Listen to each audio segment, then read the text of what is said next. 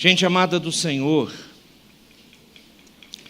os irmãos que têm acompanhado os cultos da noite, sabem que nós estamos na sequência das cartas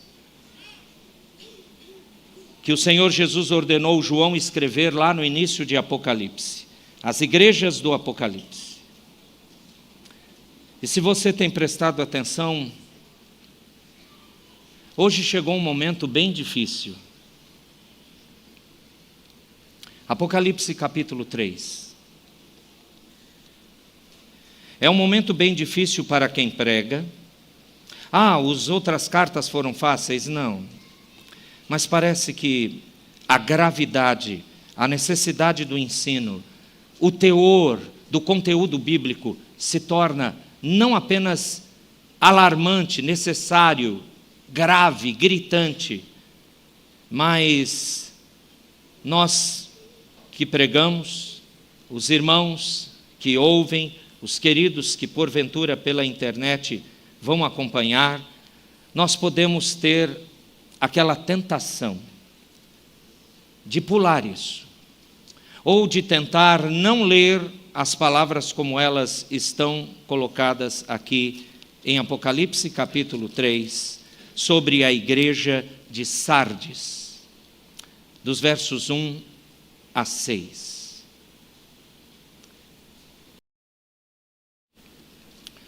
Diz assim a palavra do nosso Deus: ao anjo da igreja em Sardes, escreve: estas coisas diz aquele que tem os 7 Espíritos de Deus e as 7 estrelas. Conheço as tuas obras, que tens nome de que vives e estás morto.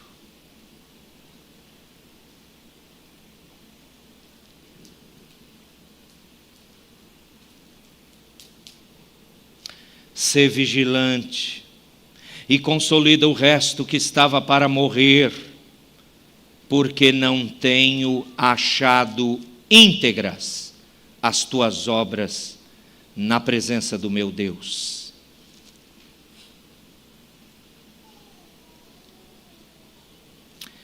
Lembra-te, pois, do que tens recebido e ouvido, guarda-o e arrepende-te, porque se não vigiares, virei como ladrão, e não conhecerás de modo algum em que hora virei contra ti. Tens, contudo, em Sardes, umas poucas pessoas que não contaminaram as suas vestiduras e andarão de branco junto comigo, pois são dignas.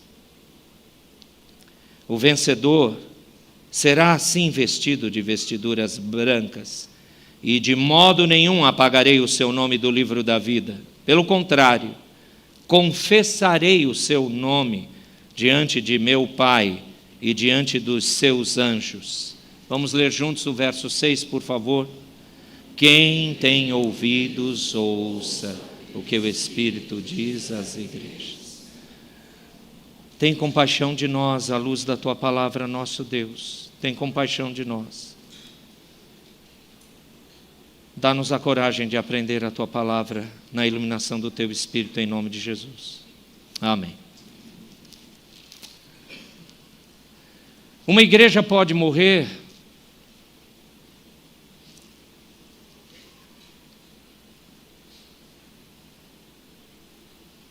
A gente lembra o ensino do Novo Testamento, que diz, o mesmo Novo Testamento que inclui Apocalipse, que diz que as portas do inferno não prevalecerão sobre a igreja do Senhor Jesus. Mas a pergunta continua batendo quando você lê esta carta direcionada a Sardes. Uma igreja pode morrer?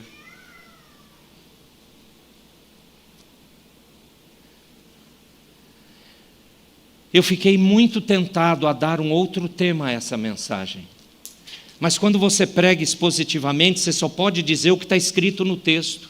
Você não pode inventar coisas que não está no texto. Você não pode criar subterfúgios para então falar alguma coisa agradável aos ouvintes, porque o texto não diz isso. É melhor então tornar a mensagem mais palatável, mais tranquila, mais digerível. Não. Mas tem um subtema que a gente também precisa ver aqui. Se a pergunta principal, uma igreja pode morrer, é tão assustadora, então, em segundo lugar, desperta, ó igreja, porque o chamado de Cristo à igreja de Sardes é um chamado para nós hoje. Meus irmãos, gente amada do Senhor, quando a gente abre esse texto sagrado, quando a gente se debruça sobre ele, existe realmente, vocês ouviram, uma solene exortação do nosso Senhor e Salvador Jesus Cristo àquela igreja. A igreja de Sardes e outras também, mas aqui em especial, esses poucos 6 versos, eles são muito mais pesados do que todos aqueles de 18 a 29 do capítulo 2 da igreja de Tiatira de domingo passado. E também foi bem difícil. Se você já ouviu, estava lá no domingo passado aqui, aliás, ou já ouviu pela internet, você percebeu. Mas esses 6 versos são muito mais contundentes, duros e assustadores. É possível uma igreja, outrora, antigamente vibrante, cheia de atividades e de uma reputação piedosa, é possível uma igreja assim vir a morrer espiritualmente?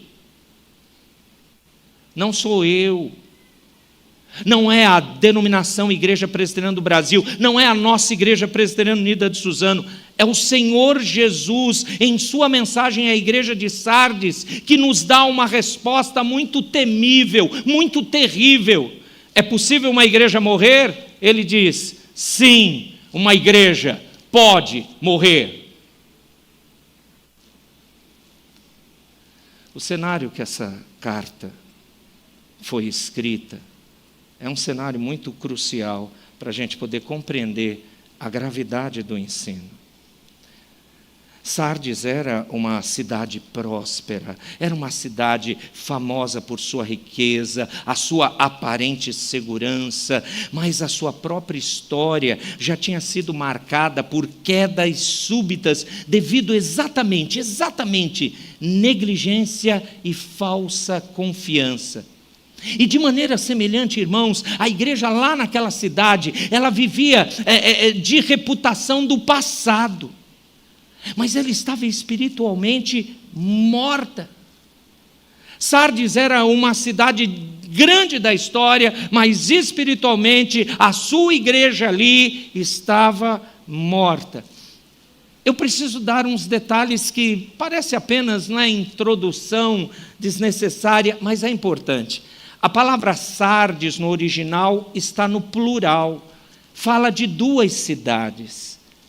Então a primeira cidade, ela ficava numa espécie de platô alto, tinha um vale e um lugar bem alto, como uma fortaleza natural. Ali era a primeira Sardes, uma cidade que se tornou próspera, uma fortaleza em cima daquilo que os geógrafos chamam de promontório, uma base mais alta. E era difícil de poder chegar, porque as paredes que compunham aquela questão natural, aquela construção geográfica natural, era íngreme, tinham penhascos, era difícil, como é que um inimigo ia chegar lá? Então, era uma cidade muito boa para a segurança. Mas aí havia a segunda cidade de Sardes, que na verdade ficava nesse vale.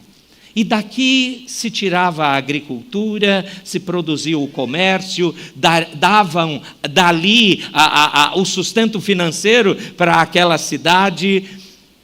E ela, dentro dessa faixa de terra estreita, tinha a sua fortaleza e a sua vida. Vida comercial, vida de sustento. Tinha a sua certeza militar invencível, e tinha lá embaixo o seu trabalho de sustento agrícola, pecuarista. Um rio que passava atrás da cidade tinham grandes, eu vou usar a palavra, você vai achar que está errado, mas é isso mesmo, fontes de ouro. Não era minas de ouro, saía diretamente do rio.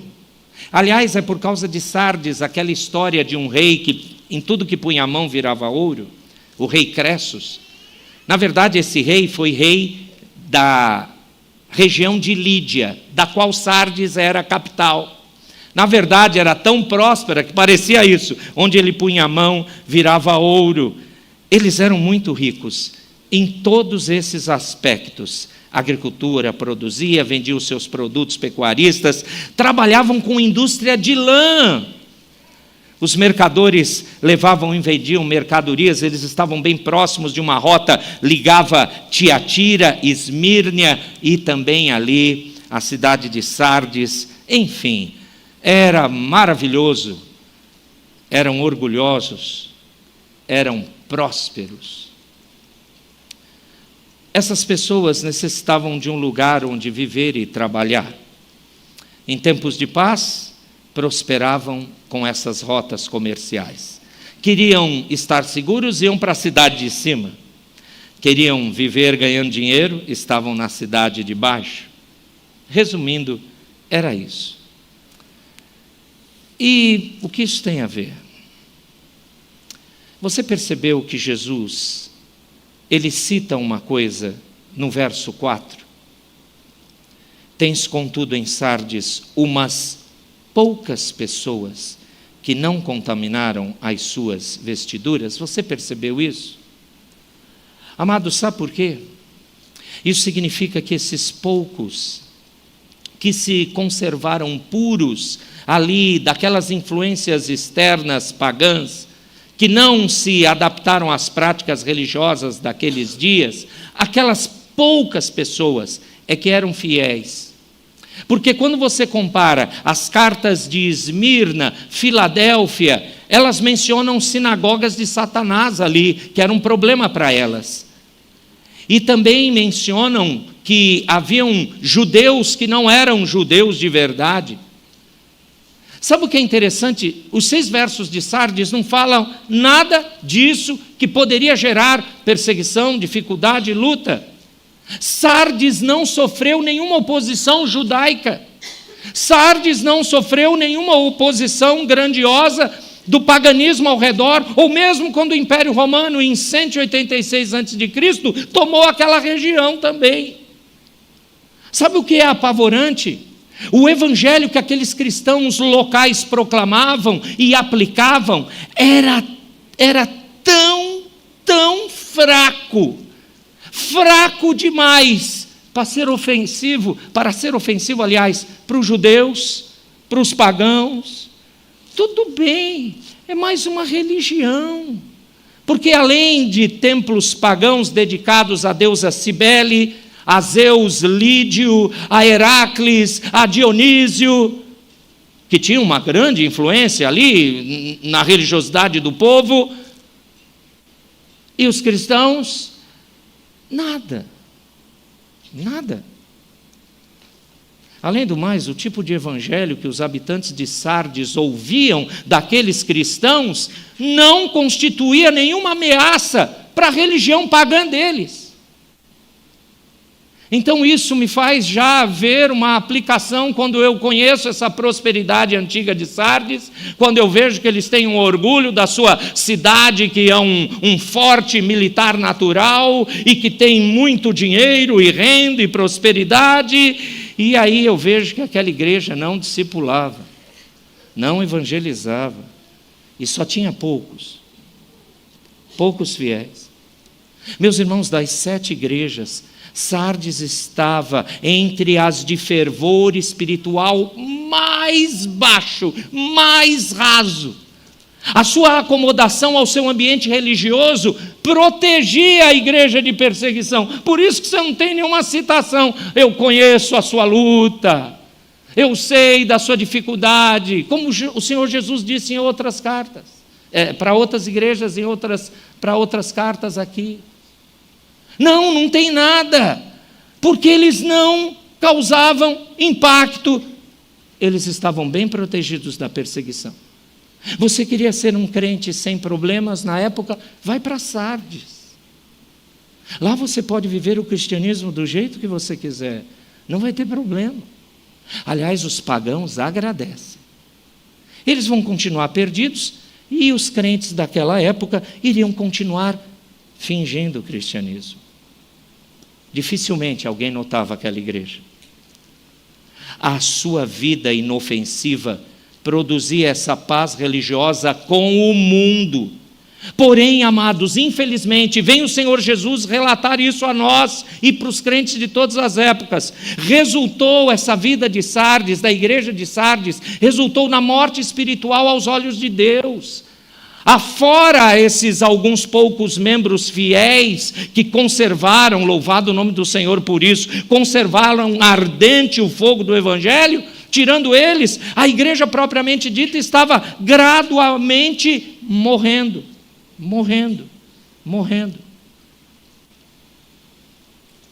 No meio daquelas cinzas, ainda tinha algumas poucas labaredas. Havia ainda alguns poucos crentes vivos. Bom, esse é o contexto. Então agora dá para entender um pouco a severidade das palavras de Jesus, não é? Então vamos à pregação. Primeiro ponto, você tem a condenação aqui, e a condenação ocupa já o verso 1. Uma igreja que tem nome de viva, mas ela está morta. A condição espiritual de Sardes é colocado nesse verso 1. Relembrem, por favor, a uma só voz o verso 1, por gentileza.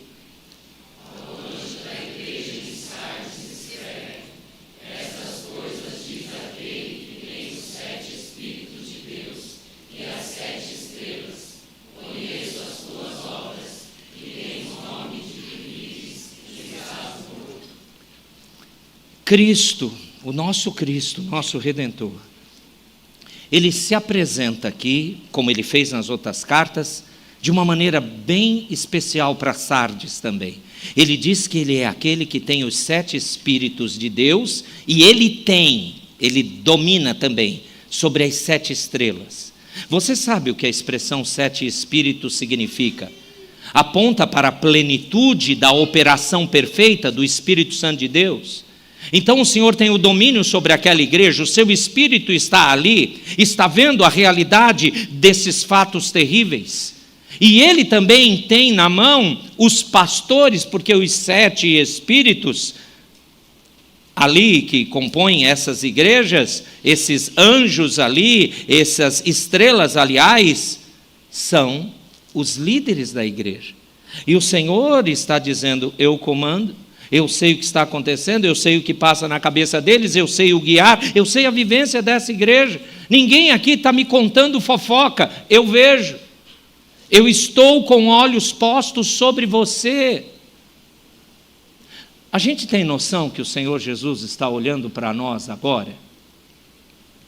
Que Ele sabe como é que você vive o seu cristianismo a partir da igreja? Você tem noção que a minha vida como pastor, reverendo Laércio, logo o reverendo Everson, quando ele for ordenado, os presbíteros da igreja, a junta diaconal, toda a liderança, os olhos do Senhor estão contemplando, estão sabendo nossos pensamentos quando estamos sozinhos com a nossa mente vagando, ou quando estamos em grupo, fazendo algum culto, ou alguma reunião, ou o Senhor Jesus sabe, está lá. Isso é maravilhoso num certo sentido, mas para Sardes, isso não era bom, porque ele colocou claramente: eu sei que vocês carecem de um verdadeiro impacto da minha presença, do meu Espírito, para mudar essa mortandade, porque vocês estão espiritualmente mortos. E aí a condenação central de Cristo vem nessa frase: Você tem nome de que vive, mas você está morto.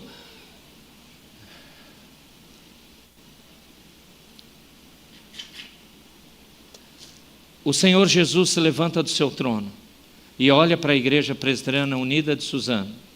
Imagine se você ouve: a igreja está morta.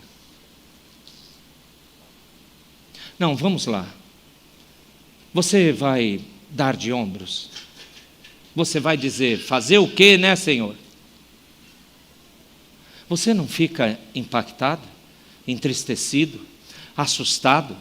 Imagine ouvir isso. Sardes ouviu, não apenas ouviu, recebeu por escrito, não apenas recebeu por escrito, todos daquela igreja, e com certeza, eu tenho plena convicção, é uma pena que eu não posso provar, mas eu tenho convicção, como era o costume das cartas do Novo Testamento se tornarem circulares, eu tenho certeza que Sardes bateu um Telegram, um WhatsApp ou qualquer coisa, alguém, um mensageiro correndo para Esmirna: nós recebemos isso, e vocês, nós recebemos isso.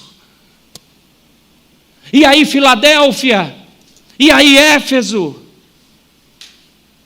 Já pensou nós chegarmos para a igreja de Suzano, que carinhosamente chamamos de Suzaninho? Jesus disse que a nossa igreja está morta. Não, eu não quero tocar na emoção sua, eu quero que você pense. Como é que ficou aqueles irmãos? Como é que eles ficaram, aliás? O que eles pensaram? É Jesus, não é Satanás, não é um apóstolo, é o Senhor Jesus. Tens nome de que vives e estás morto. Sabe, essa palavra grega, você tem nome, significa tão somente, não é a identidade. Nome que... Qual é o seu nome? Meu nome é Nelson. Não é isso. Essa palavra no original quer dizer reputação. Uma reputação de vitalidade espiritual. Qual era a vitalidade espiritual de Sardes? Era uma mentira. Estava lá, tinha placa, tinha endereço, tinha atividades, mas era uma mentira. A igreja de Sardes era respeitada externamente, mas aos olhos de Cristo estava espiritualmente arrasada, morta. Aqui nós vemos um alerta contra o nominalismo religioso, ser crente só de boca, uma fé que é apenas externa, sem vida interior. Então é verdade, quando alguns entre nós ficam preocupados com a nossa vida espiritual, se o nosso grande ativismo reflete no mesmo tanto a vida espiritual, se você é preocupado com isso, você está certo. Então a pergunta vem sobre nós, diretamente e prioritariamente: nós somos realmente espirituais? O nosso nome de vivo, a nossa reputação mostra uma vitalidade espiritual verdadeira mesmo? Todos nós aqui, todos, e cada pessoa que Deus junta à nossa igreja, todos são comissionados pelo Espírito, tocados entre nós mesmos, para verdadeiramente não sermos nominais, mas termos uma vida interior, igual àquilo que demonstramos exteriormente. Porque Sardes era uma igreja conhecida pela sua vitalidade no passado, mas essa era apenas uma aparência externa. Aparência externa. O verbo aqui, estás morto, vem de uma palavra que significa literalmente cadáver, sem vida. Está na cara, né, pastor? Em português, morto é morto. Não, Jesus não espiritualizou. De vez em quando você usa esse tipo de nomenclatura. Não estou espiritualizando. Não, Jesus não está espiritualizando. Ele está dizendo: vocês estão como que um cadáver, totalmente sem vida. O que é uma igreja sem vida? Eles oravam e não significava nada. Eles se reuniam em culto e não era para adorar a Deus. Eles faziam tantos e tantos trabalhos. Talvez os dízimos eram enormes, porque aquele povo era rico. Não significava nada ao Senhor. A igreja de Sardes não estava apenas fraca ou doente, ela estava espiritualmente morta. João Calvino, o grande reformador do passado, Ele advertiu certa vez dizendo: nada é mais perigoso do que um nome sem substância, uma profissão de fé sem coração regenerado. Os puritanos, meus amados, constantemente advertiam contra o perigo de uma religião formalista, uma religião sem vida espiritual. O grande nome entre os puritanos reformadores era John Owen. John Owen escreveu assim: a maior ameaça para a igreja não vem lá de fora, mas vem de dentro, quando a fé se torna mera forma e a graça é substituída por costumes vazios. Meus queridos irmãos, em nome de Jesus, muitas pessoas, muitos hoje, medem a vitalidade de uma igreja por números, por atividades, por influência social, mas Cristo é o que sonda os nossos corações. Richard Baxter disse assim: uma igreja pode ter um púlpito poderoso e bancos cheios, mas se não houver o poder do Espírito, não passa de um sepulcro caiado. A advertência do nosso Senhor Jesus ecoa nas palavras também do Baxter, quando em outra ocasião ele exortou a sua igreja pregando: a maior ilusão do diabo, a maior ilusão que o diabo pode produzir, é fazer o homem confiar na forma externa da piedade, enquanto o seu coração está distante de Deus. Esse era realmente o problema lá na igreja de Sardes. A igreja lá do passado havia perdido a vigilância. Historicamente, a cidade já tinha caído 2 vezes em ataques inimigos. 2 vezes na história, você pode pesquisar, inimigos acharam: como é que nós vamos, os persas foram um deles, como é que nós vamos destruir, tomar essa cidade? Olha os muros íngremes. Mas aí, por eles tão confiantes que ninguém iria pegá-los e dominá-los, um soldado que deixou cair um dos seus escudos conseguiu descer lá das montanhas íngremes. Os persas viram: dá para subir, porque se dá para descer, dá para subir. E aconteceu isso com os persas e depois com uma outra nação. 2 vezes. O orgulho incrível da cidade foi tomada e destruída por negligência, pela falsa sensação de segurança. Assim também acontece com aqueles que não vigiam espiritualmente. É isso que o Senhor Jesus está demonstrando para nós, como falou para eles a partir dessa história. Amados, esse momento já grita para nós aplicação. O que eu preciso fazer de posse desse conhecimento? O que eu tenho que trazer para a minha vida cotidiana? Eu aqui, século 21, ano de 2025, eu sou aqui dessa igreja, eu sou crente. Como é que aplicamos para nós isso? Hoje muitas igrejas têm nome que vivem, têm história, reconhecimento, grandes programações, mas elas podem estar espiritualmente mortas. A pergunta é para nós temos um grande nome, nós vamos fazer 50 anos em junho. Nós temos uma história. Eu ouço irmãos mais vividos do que eu relembrar o tempo de pastores do passado, ou pastores não tão do passado, ninguém lembra do meu nome, mas todos os outros, quando eu sair daqui, aí vão lembrar: eu lembro o pastor Nelson.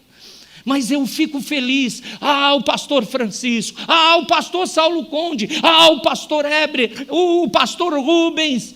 E é maravilhoso você ouvir que Deus fez histórias. Nós também temos. Nós temos rios de atividades, oramos só hoje por muitas importantíssimas. Nós temos um número grande de pessoas, e está vindo mais, e está vindo mais. Nós vamos descansar e dizer: pobre Sardes, fazer o quê? Ou nós vamos abrir os ouvidos e não deixar a história do passado de negligência ser a nossa história futura. a falta de arrependimento, a negligência de pregação bíblica e substituição da piedade pela mera atividade são sinais de morte. Vamos tomar cuidado com isso. A pergunta que devemos fazer é: nossa igreja, ela está viva aos olhos de Deus ou apenas aos olhos dos homens? É sério, irmãos. Eu estou perguntando com temor e tremor.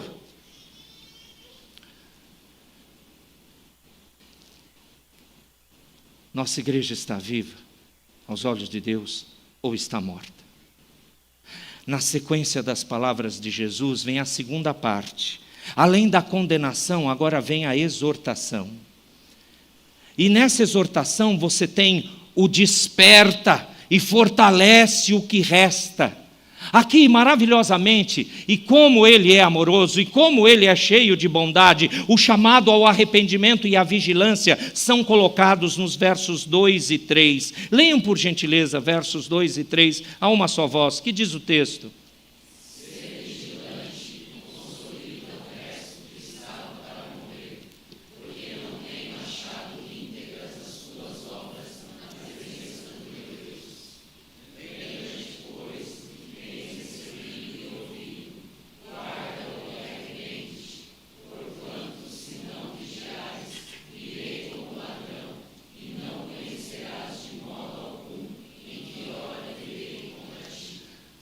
Diante dessa terrível realidade lá de Sardes, Cristo dá um mandamento urgente. Você percebeu? Ser vigilante. A palavra original significa realmente estar esperto, estar despertado, alerta. Aliás, em grego a palavra é Gregório. Conhece um Gregory aqui? Eu já falei para o presbítero logo que eu cheguei. Tem uma palavra, seu nome, se eu for colocar no original grego, significa isso: esteja em alerta, esteja desperto. A gente já tem personificado o que a gente precisa fazer aqui. É lembrar do Gregory, é lembrar, eu preciso estar desperto, alerta. A palavra, repito, transliterada, Gregório. É isso que significa a palavra Gregório ou Gregory. Jesus está falando assim: estejam atentos, alertas, vigilantes. O Senhor não quer um despertar superficial, mas Ele quer um retorno genuíno à vida espiritual. Qual foi a última vez, meu irmão, minha irmã, que você desejou ardentemente, completamente ser espiritual, não obstante as circunstâncias ao seu redor? Porque parece que o Senhor Jesus, antes da nossa igreja chegar, tomara que o Senhor nunca deixe isso, mas se ela chegar perto do que Sardes chegou, nós devemos nos despertar espiritualmente antes. Essa mesma palavra, esse mesmo verbo, aparece na boca do Senhor Jesus em Mateus 26, 41, quando ele repetidas vezes falou: vigiai e orai. Vigiai e orai. Sardes estava dormindo espiritualmente e o perigo dessa completa apostasia era iminente. No caso dele, já tinha chegado. O reverendo Augusto Nicodemos, ele destaca sobre isso com a seguinte frase: uma igreja pode estar cheia de atividade e mesmo assim espiritualmente morta. O ativismo religioso não substitui um relacionamento vivo com Cristo, e isso tem que nos alertar. O chamado à vigilância ecoa o ensino de um autor, um pastor bíblico que eu considero muito. E eu fui pesquisar nele, no entendimento do grego que ele tem. O nome dele é Thomas Schreiner. E ele comenta assim: o maior perigo não são os ataques externos, mas a letargia interna que corrói a igreja por dentro. Satanás tem muito poder, o mundo pode fazer pressão, mas o maior inimigo já está aqui dentro. Letargia interna. Isso corrói aqui dentro. O Senhor também ordena, você percebeu isso no verso de número 2, na nossa tradução está: ser vigilante e consolida o resto que estava para morrer. Uma outra tradução afirma: confirma o restante. É uma ordem aqui. Isso significa fortalece, estabelece firmemente esses outros irmãos que ainda não cederam. Isso mostra que, apesar da morte espiritual generalizada naquela igreja, ainda havia um pequeno remanescente que podia ser avivado. Queridos, desde o Antigo Testamento há um ensino, uma ordem de Deus que nunca para. Sempre tem um remanescente fiel. Sempre tem aqueles que vão conduzir de novo a igreja ao caminho correto. E é sobre eles essa ordem que nós devemos olhar. De novo, deixa eu abusar do entendimento dos nossos irmãos reformadores, os presbiterianos puritanos. Eles enfatizavam sempre a necessidade de um despertamento contínuo. A palavra avivamento não saía dos lábios deles, dos nossos, raras às vezes nós falamos. Thomas Watson, por exemplo, disse: quando a chama da piedade começa a enfraquecer, nós devemos soprar sobre as brasas da graça com oração e arrependimento. É por isso que a igreja não pode se apoiar só no seu passado, mas deve continuamente buscar renovação pelo Espírito Santo hoje e amanhã e depois. Jonathan Edwards afirmou, o grande pregador do avivamento americano: o grande perigo da igreja não é a perseguição, não é, mas a sonolência espiritual. Cristo então ordena, olha o verso 3: lembra-te, pois, do que tens recebido, ouvido, guarda-o, arrepende-te. Se lembra do que você recebeu, guarda a verdade, guarda a palavra. A quem muito é dado, muito será exigido. Vocês receberam, eu recebi. Nós temos a nossa história, a história de Deus conosco. Nós não podemos perder isso. A palavra grega guardar aqui implica numa vigilância constante, tomar conta, cuidar, zelar. O verdadeiro cristão, amados, não apenas recebe a palavra, mas a retém. De que forma? Com perseverança. Não muda, não altera, não se cansa, não desgasta, não vai embora, não vai embora. Se a igreja não se arrepender, Cristo diz que vem como um ladrão. Bom, você conhece essa frase. O Senhor Jesus disse que a sua segunda vinda ia vir ser caracterizada como dia de ladrão. Você sabe quando o ladrão vem? Não, porque se o dono da casa, disse o Senhor Jesus nos evangelhos, soubesse quando o ladrão iria invadir a sua casa, ele ia se preparar, ia ou não ia? Claro! Nós sabemos que ele vai voltar. Mas essa igreja estava tão distante da realidade, da certeza, da convicção da volta de Jesus, que eles iam ser tomados de sopetão, de susto, quando o Senhor Jesus voltar como ladrão. A sua vinda inesperada de juízo. Não pode ser isso para nós. Aqui nós vemos, meus irmãos, a doutrina da disciplina, da correção divina, o Senhor Jesus tratando a sua igreja, o Senhor Jesus mostrando que sim, Ele é o Deus da ressurreição, Ele pode ressuscitar aquela igreja. Deus não permitirá que a sua igreja permaneça espiritualmente morta, sem nenhuma intervenção. Ele vem, e é por isso que nós devemos clamar: não deixa a nossa vida espiritual esfriar, não deixa a nossa verdadeira comunhão se tornar apenas um clube, uma forma de eu ter uma catarse. Eu vou lá na igreja para esparecer, eu vou fazer isso ou aquilo. Não! Aplique isso para nós hoje, para você e para mim. 3 coisas: despertar, fortalecer e vigiar. É assim que você evita a morte espiritual.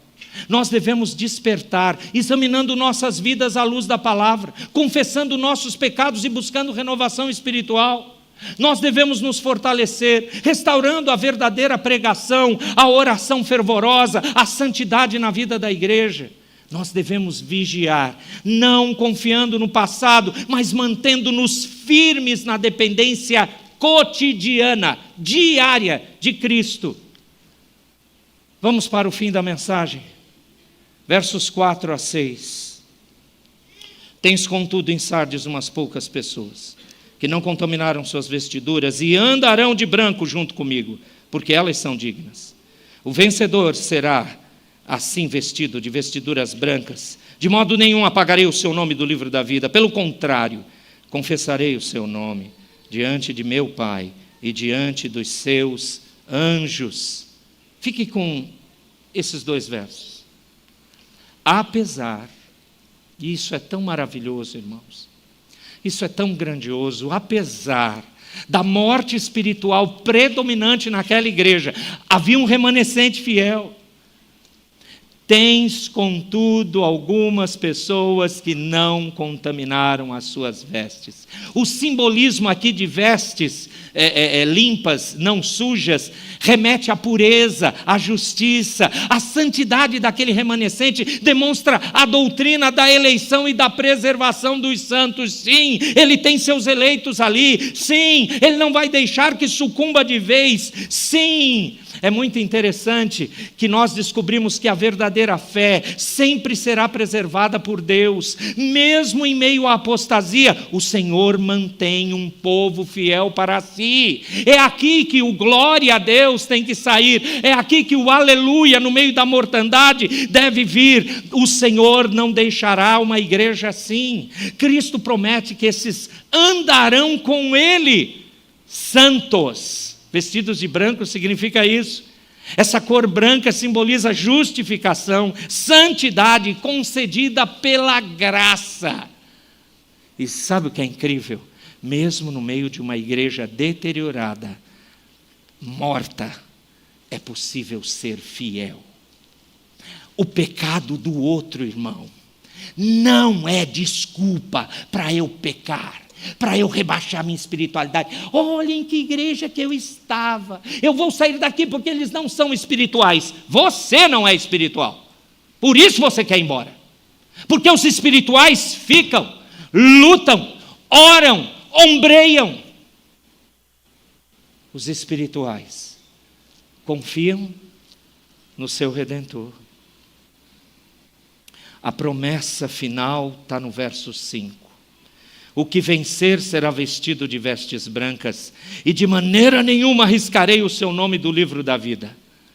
Essa promessa aqui de Cristo aos fiéis lá de Sardes, e para nós também, é gloriosa. Aqueles que perseveram vão receber essas vestiduras brancas. A pureza e a justificação terão os seus nomes mantidos no livro da vida.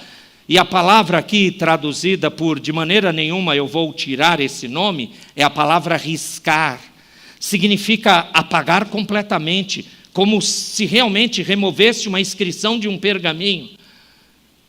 Só aparece aqui em Apocalipse, e é o Senhor Jesus que está falando. Então, ao longo de todo o tempo da história da igreja, esse versículo tem sido debatido, questionado, como quem pergunta, peraí, Jesus pode arrancar o nome de alguém do livro da vida? É isso? Mas e se ele salvou? Não se perde, não é? Ele vai transformar aquela alma, não é? Pois é, meus queridos irmãos, antes que você fique preocupado, à luz da Escritura, nós podemos entender que o Senhor está reafirmando, mesmo que de uma forma negativa, que Deus não pode, não quer e não fará o apagamento do nome de ninguém, daqueles que Ele salvou. Mesmo aqueles que Ele inscreveu nessa situação terrível, Ele que separou-os antes da fundação do mundo. Isso se harmoniza com Efésios 1:4. Sim, Ele vai até o fim. João 10:28, nenhuma das minhas ovelhas serão arrebatadas da minha mão, porque Jesus declara ali que ninguém pode arrancar os seus eleitos dele. Então a certeza é, esse vencedor, que vai ser vestido de plena santidade, não será perdida a sua salvação. Jesus assegura que os verdadeiros crentes nunca terão seus nomes apagados, uma grande confirmação da doutrina da perseverança dos santos. Crentes verdadeiros continuarão de pé, Deixa eu abusar de John Owen de novo. Ele reforça isso com uma frase magistral: a perseverança dos santos não depende da força deles, mas da fidelidade do Deus que o chamou. É isso. Como é que a carta termina? Termina com um chamado, o comum chamado a essas cartas, não é? Quem tem ouvidos para ouvir, ouça o que o Espírito diz às igrejas. Esse chamado não era só para a igreja de Sardes, é para toda a igreja de Cristo ao longo da história, é para nós. Essa é a mensagem, irmãos. O que nós vamos fazer com essa mensagem? O que nós vamos fazer com esse ensino? Primeira coisa, examinemos a nossa fé. Será que a nossa vida cristã é apenas aparência ou temos um coração verdadeiramente regenerado? Examinai-vos a vós mesmos para ver se estáis na fé. É a ordem de 2 Coríntios 13:5. Segunda atitude, vigiemos espiritualmente. O perigo não está apenas lá no mundo exterior, mas no adormecimento dentro da igreja. Que possamos então nos lembrar da exortação de 1 Pedro 5,8: sede sóbrios e vigiai.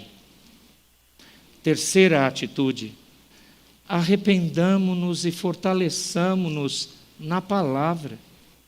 O remédio, meus amados, contra a morte espiritual é um retorno ao Evangelho, o Evangelho puro, é um retorno à obediência constante da Escritura, mais Bíblia para praticar, não apenas conhecimento intelectual da palavra, não apenas tirar dúvidas teológicas, mas viver crendo na palavra. Um pastor certa vez disse para um grupo pequeno num certo lar, que verdadeira espiritualidade não é demonstrada em arrepios, em sensações, em emoções, mas era quando a pessoa lia a palavra e dizia: essa é a palavra de Deus, eu creio nela. Isso é verdadeira espiritualidade. E por último, depois de examinarmos nossa fé, vigiarmos-nos espiritualmente, nos arrepender e nos fortalecer com a palavra, confiemos na graça de Deus. Aqueles que pertencem a Cristo nunca serão apagados do livro da vida. Não vão. A nossa segurança está em Cristo. Em Cristo. Ele nos sustentará até o fim. Filipenses 1,6. Aquele que começou a boa obra em vós há de terminar até o dia de Cristo. Aleluia. Que o Espírito Santo nos fortaleça e nos desperte para vivermos em santidade e fidelidade até a volta do nosso glorioso Senhor. Amém. Amém.